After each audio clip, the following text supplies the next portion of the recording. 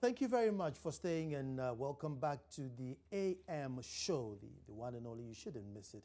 And if you have a friend or family who hasn't gotten their multi-TV box yet for Christmas, you know, as Henry is going on about gift, I think it would be a perfect gift this Christmas. But we have one already. I just reparcel it, give it back to her so we can connect it. And to all the ladies who agree with me about the gifts, apparently the Ethiopia was meant for us. That means well, but you know how we do it as ladies, don't you?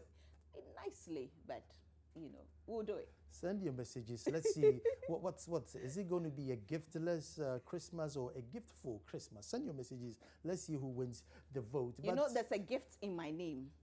So that's it. That's me sorted. You're a permanent gift. You don't need any gifts. Okay. But let's swiftly move on to the headlines today. Well, Daily Graphic says man loses fingers in factory accident, company to pay him 4 million compensation. And the story says the Fast Track High Court in Accra has ordered an Indian to pay 4,417,600 Ghana cedis to a 21-year-old man for negligently causing him to lose his 10 fingers in an accident while in employment of the company. Now this, I think, will going to, you know, just when were we? Sunday, you were complaining about attendants at a fuel station, very dusty road, who didn't have nose mask. Now, this is the one between Somenya and Kitasi. It's a oil filling station between sort of the Somenya and the Kitasi junction. You know, the road is just being graded off, and it's really dusty, and they just sat there. You know, so this is a good story. Yeah, this is a good story. It's a good precedent. I think there is a law, and it has to be enforced that, you know, employees need to be protected, especially those who work in high risk, you know, environments. Yeah. They really need to be protected, you know. So it's a good story, as you said.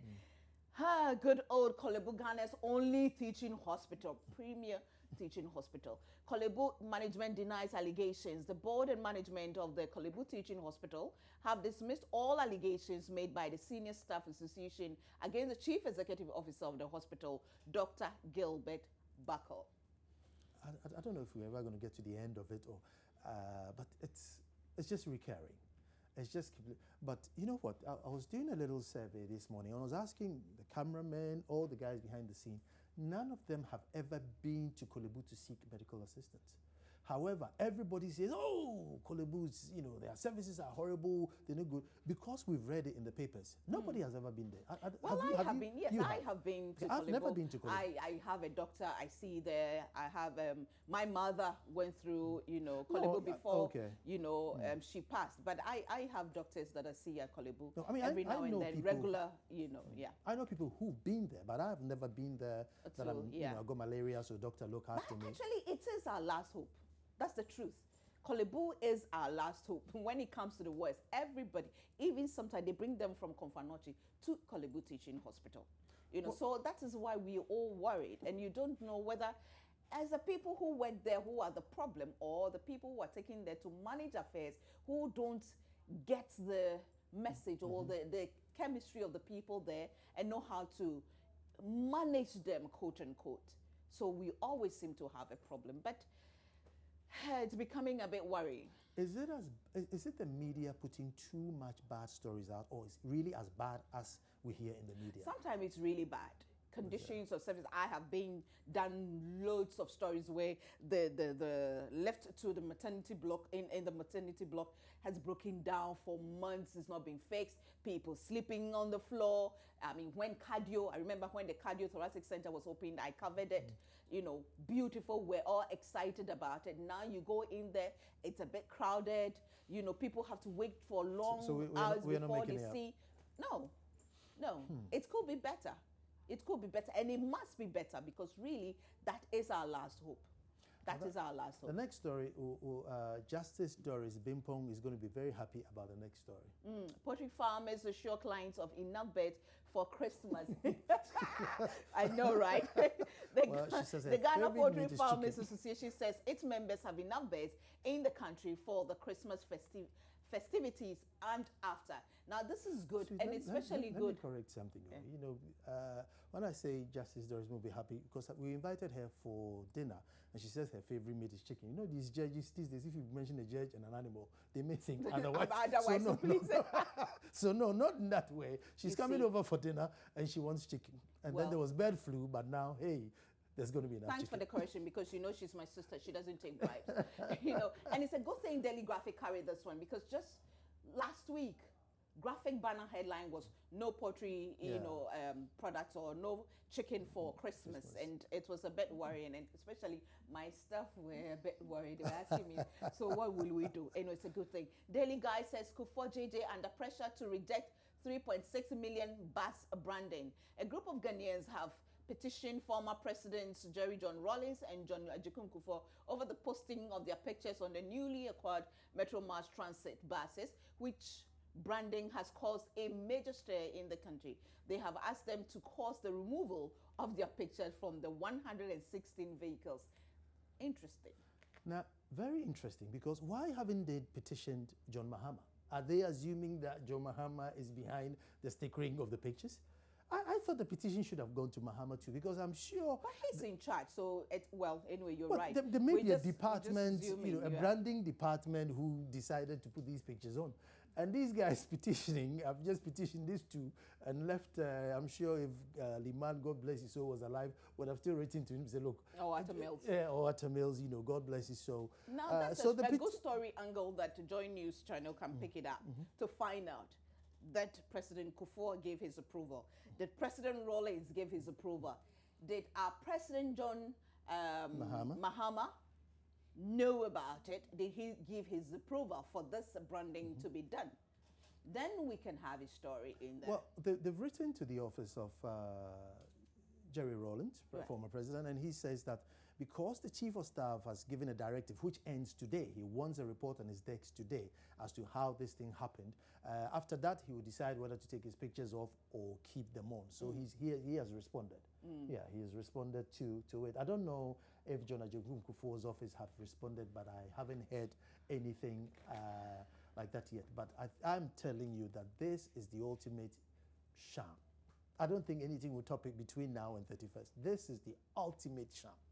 I know my sister is a judge, but be careful. No secret account in MPP, a 5-member committee set up by the New Patriotic Party, has said no executive member of the party operated a secret bank account as earlier claimed. I think we'll move on to the next story. Yes. Ministers banned from, because it's their money, right? And if they say nothing will go, who are we to say anything? But I'm sure the political analysts will go deep into it. Ministers banned from foreign trips. The presidency has issued a directive cutting down on unwanted foreign trips by ministers and government officials. Now, this gentleman wakes me up at 3:30, though the alarm clock was set for 4 a.m. Wakes me up, sweet. Listen to this. Ministers, president banned ministers from, and I'm like, I have 30 more minutes to sleep. Do I need to know this? This is a long overdue directive. But they've been moved from first class to business class, which is good, but not good enough. I tell you why. You see, because the same business class with which they are traveling to go and ask for money, those countries, they fly economy. You see, in the UK, it's as a policy. Well, so I still commend them. I still commend them. But you see, assuming you fly business class to the UK to go and get maybe 4 million to come and aid sanitation of all things. Now, the guys who then are going to bring you this check, they fly economy, because any flight under 8 hours within the UK, the state would not buy you anything other than economy ticket. So even our ambassador here, the UK High Commissioner, flies economy.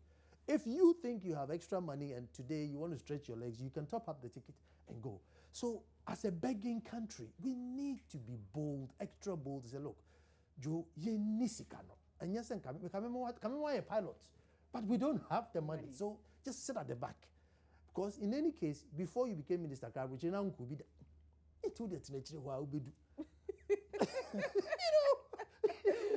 we should do that. Okay, let's move. I'm not going to add anything. Let's move on to the finder. But I mean, it's Oh, anyway, you commend the president. It's one step. Oh, it's I very do good. agree, but It's you know, very one good. step at a time. It's The very good. Finder says economy to worsen, U.S. interest rate hike to stoke further depreciation of the cedi. A hiking United States of America interest rate last Thursday is expected to have far-reaching consequences on Ghana, which will further worsen an already bad economy. High cost of living, I think it should be high cost of living, and push many more Ghanaians beyond the poverty line. Well, it's a bit obvious, isn't it? Because then now you need more CDs to buy more dollars to go and pay off your loans. So, but there was another story somewhere that was saying that, oh, it wouldn't affect us, but I didn't know how the economic will work, because if my interest rate is gone up, your repayment goes up. Yeah. You need CDs to buy the dollars to come and pay me. So if you whereas you needed 12 CDs, now you probably need maybe 13 or 14 CDs to come and pay the same debt. So yes, it may put a lot more pressure unless we are smart enough to stop something coming in so that we don't. Have you been on the street lately? Have you seen the things being sold inflatable on penguin. the street in the name of Christmas? Inflatable penguin in tropical Ghana. The beginning of the year, somebody predicted, but at the close of this year, we will be exchanging the dollar for 4 Ghana cedis. And it was, I mean, it's not possible. We're doing everything as usual. People jumped on board and said, this is impossible. This is being, negative and all that. We are close to that. It's a shame, though, because I mean, now we are very close to the 4 cedis to $1. I mean, I've seen guys wearing funny glasses, with like a funny mask. I've seen inflatable penguin. I mean, this is tropical Ghana. Inflatable penguin. I mean, so if you go to change your CDs to go and buy an inflatable penguin, I mean, that's a lot of pressure on your CDs. Some of those kids want to become ministers in future, so they need to practice before they get there. Now, Labour Commission stops UNICOF demo against ADB management. The National Labour Commission, NLC, has directed the Union of Industry, Commerce and Finance Workers, UNICOF, of the Trade Union Congress to suspend all ongoing or intended strike action against the management of Agricultural Development Bank, ADB. That was also another deal and a half, if I may just say. That was another deal and a half, this deal. But hopefully, they'll For the sake of resolve it. Tanana, can we quickly jump to the next story? EC's election budget hits by 4 million cedis cut. Well, yeah, that's it. And so Parliament has approved 26.8 million for the cedis for the Electoral Commission for the conduct of presidential and parliamentary elections next year. Yesterday, the news we carried said they needed 1.9? 1.2. 1.2. Yeah, 1.2 billion. Billion. And that's been approved. You see, first I would have jumped on the neck of Finance Minister and said, oh no, that can't be done, that can't be done, that can't be done. But you see, I was speaking to the mayor of Harrow, immediate past mayor of Harrow. Now, her budget at one time was cut by 75 million pounds. She's done her budget, everything, 75 million pounds. She goes there and she has a directive to say, don't touch education, here's your money. So when they came back, every position that comes with the car, every position that comes with the secretary, I mean, instead of sweeping their streets like 5 times a week, they cut it down to 3. What they were doing is now they were sharing hospitals. So they go to the next borough and say, listen, I'm going to close down my hospital. I'll bring my patients to yours, so I'll beef up yours a bit, you beef up. I mean, so there should be drastic measures. And sometimes you realize that all these budgets, goes into things which they could have been a bit more prudent. I'm sure, but your sister Charlotte is quite tough. I'm sure she can do something. She has to work with I it. trust her to. Yeah, she will. Yes, she will. She will. Okay. And she's a woman, so the bias is there. Business. I'm not going to money. We'll still take the gifts. Business and Financial Times, it says cheap airfares for 2016. Airfares are expected to reduce next year as a consequence of the Cape Town Convention ratification by Parliament early this month. That's a good one. I don't know what the ratification is, but that's good news. Since you want to travel next year, let them sign this thing. We bring full diversity, says Car Power boss. Country manager of Car Power Ship Ghana Limited, Robert Larry Kramer, has said a significant aspect of their project in Ghana is the addition of a new and cheaper fuel source, heavy fuel oil, HFO, which should result in lower electricity prices. 4 years, we've heard and we've heard and we've heard, so we welcome this news. We welcome this. I think we'll go online now. FM let's online. go to City FM online and see. We have Mary Power deal, government misled parliament, Niti will. We have presidency strips ministers of first class travels. In fact, let me clap for the president and the chief of staff. Let me clap for them. Let me commend them. Let me commend them. More grease to your elbows, Mr. President. Good job. I mean, we need to read the whole story to know the source of it, because it came from the president's office, signed by the chief of staff. But you see, I tell you what they should add. You know, no minister should stay in or even a 4 or 5 star hotel. You shouldn't. If you travel on behalf of the state, 3 star, depending on how high you are. If you are a company secretary, then bed and breakfast.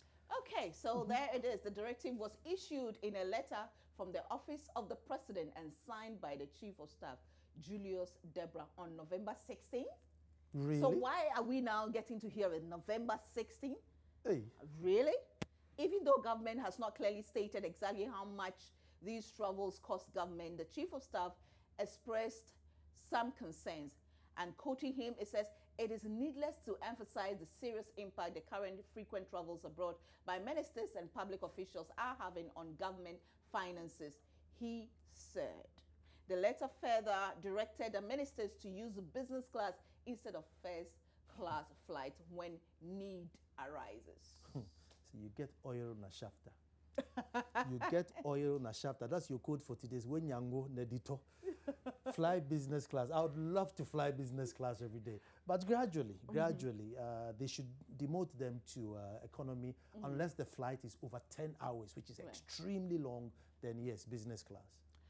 All right, then we have we have Group 5 KTE Hammond's popular acclamation, and I think it's still the NPP issues, and well, at the Sunyai Congress, they said they will come together, and that was the mother of unification, and hopefully they can put together themselves together and then move on to the Last Supper. They should have broken bread and had communion. Well, there's a story. A government raises 10 million to settle unhappy contractors. Talking about unhappy contractors, I'm unhappy about my road. Well, I've spoken to my friend and brother Inis Husseini, who has promised that the Ajina Jekiti Road, which runs through Edumasa, will be looked at. So I commend him even before he starts. And if he doesn't, I'll come. Well, somebody better tell, Honorable Inus. Let me do a bit of sports. Now, Sepp Blatter has been banned for 8 years from FIFA. Now, Sepp Blatter, and Michel Platini are big names when it comes to football. Really? Oh yeah, big names when it comes to football. So yesterday, as I was monitoring the news, but he says no. What role do they really play in football? Well, Sepp Blatter is the president, and I think that was his deputy. Whatever it is, they are big guys. But you know what? The reason why I want to talk about this story is that Sepp Blatter was, Blatter is FIFA boss, and Platini is who? UEFA boss. There you go. So now check this out. Blatter is saying that since all the executives are elected, if they are corrupt, how can it be his fault? Because he's not allowed to choose them. And I think that was it. You can't fault him for that. Because they are saying that he's presiding over a corrupt FIFA. He's saying, no, all the guys who are saying are corrupt, you elect them. Right. I didn't choose them, so why are you putting the blame on me? Right. I don't know. I think he has a case, but when the football people come, they will see where we come from. But I just love you, You have to. They have to. They all have something to do with football, right? They do. Good. They do. Okay. They do. All right. I think we should I'll tell you why. It's because Sepp Blatter paid some money to Platini some years ago for doing some job.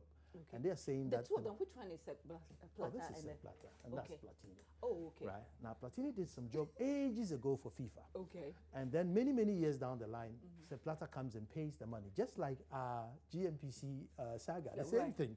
So they are saying, why didn't you pay him then? Why are you paying him now? Okay. And that is a bribe. And he's saying that, hold on, how can it be a bribe? I paid the guy on the book, so it couldn't be a bribe. So that's the story. I mean, come on, I'm abreast with my football. I bow, sir. you have to. Let's see what's going on. BBC. Yeah. Impressive. Yes. One more up, for you. You see now? Okay.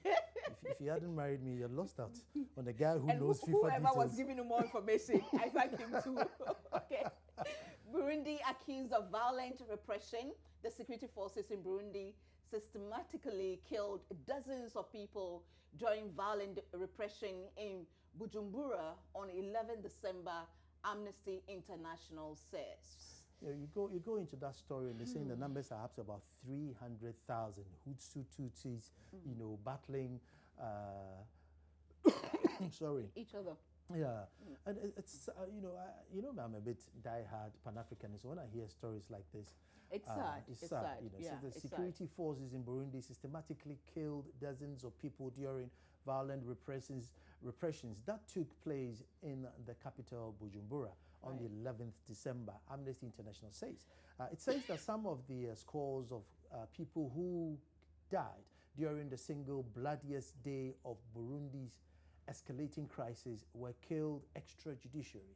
At least 87 people were killed, including 8 security force members.